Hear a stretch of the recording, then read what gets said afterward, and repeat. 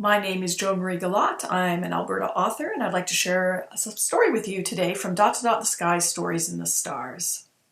I wrote this book because when I was a young girl, I used to go out into the park and look up at the night sky and try and find the constellations, the pictures in the night sky shaped out of stars that people described so long ago. And I went out to the park and I looked up, and sometimes I could find what I was looking for, but sometimes I couldn't. I didn't understand yet that you needed your eyes to have time to get used to the dark. I didn't understand yet that street lights were causing pollution that was making it hard for me to see some of the things in the night sky. So I did find the dippers, the Big Dipper and the Little Dipper and Orion and some of the others, but I didn't find as many as I wanted.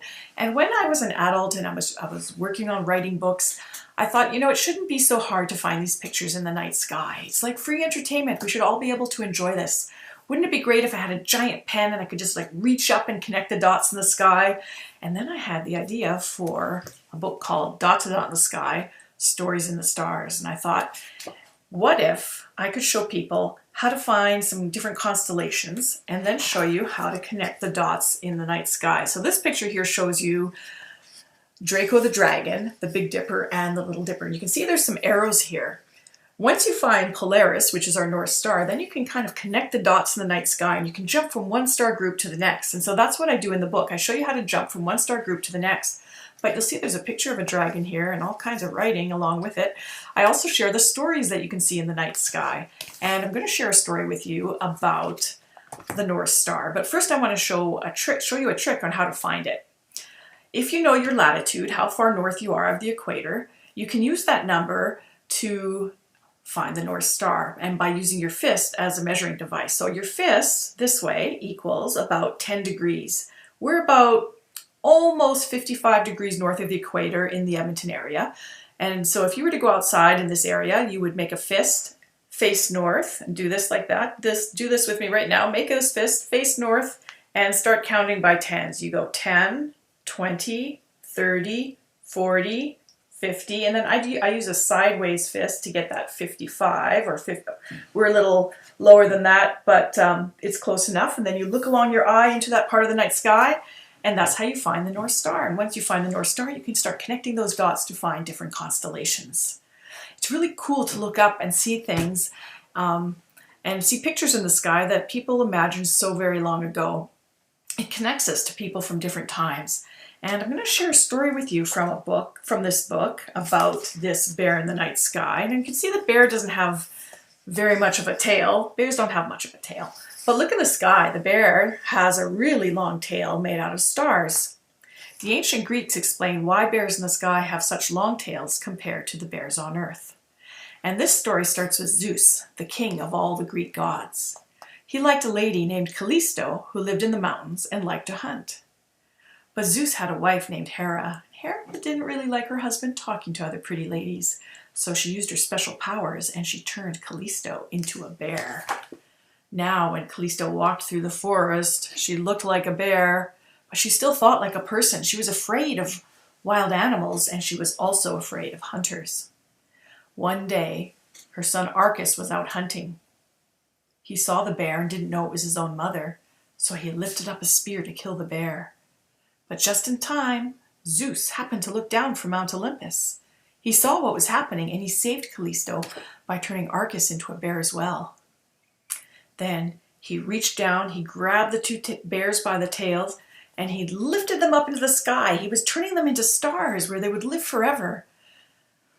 But those bears were heavy. He had a really hard time getting them up into the sky, and he pulled and pulled really hard on their tails. He pulled and pulled and pulled so hard, their tails stretched. And that's why the bears in the sky have such long tails compared to the bears on Earth. When Hera saw the bears in the sky, she got angry and jealous all over again. She didn't think those bears were anything special, but it was an honor to be placed in the sky as stars. She didn't think they deserved that. So she did what people on Earth sometimes do. She complained to her friends. They felt sorry for Hera.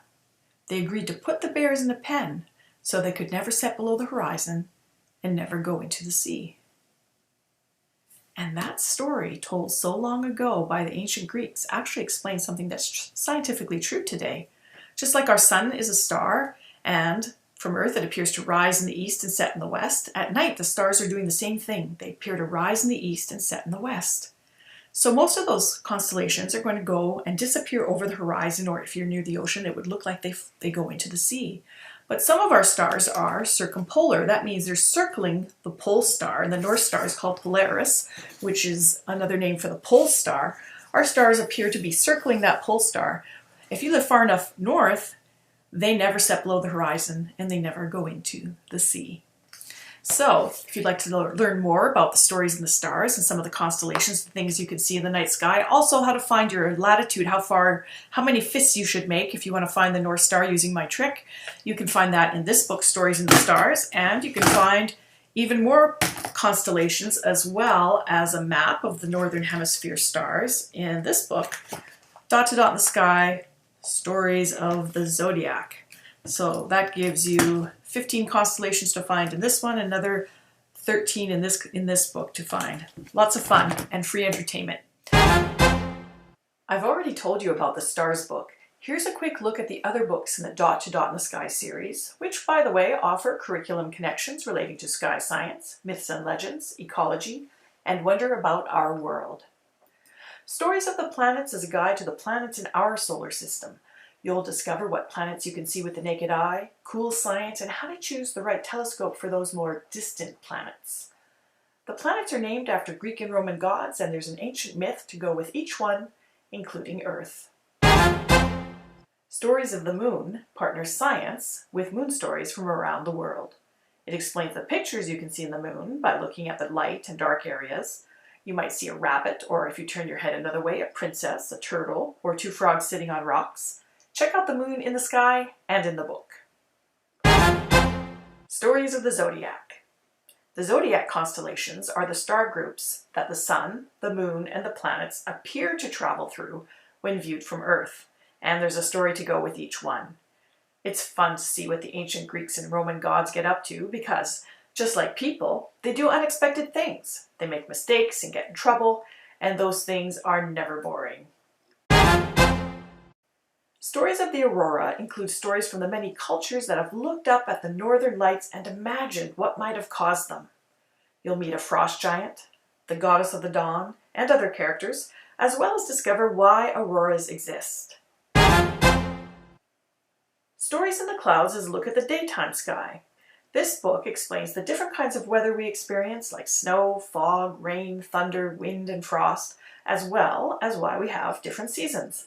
Lots of fun, rain or shine. Dark Matters, Nature's Reaction to Light Pollution, is a book about how light at night affects our world. Light seems harmless, but it's a problem for people and it's a problem for wildlife. Much of this book is about animals. It includes the science of what happens when wild species don't get the dark nights they need. It also includes stories, and some of these are set right here in Alberta, including Sherwood Park, Edmonton, St. Paul, and Vegreville. If you're in any of these areas, you'll find it even more fun to discover the stories in your very own setting.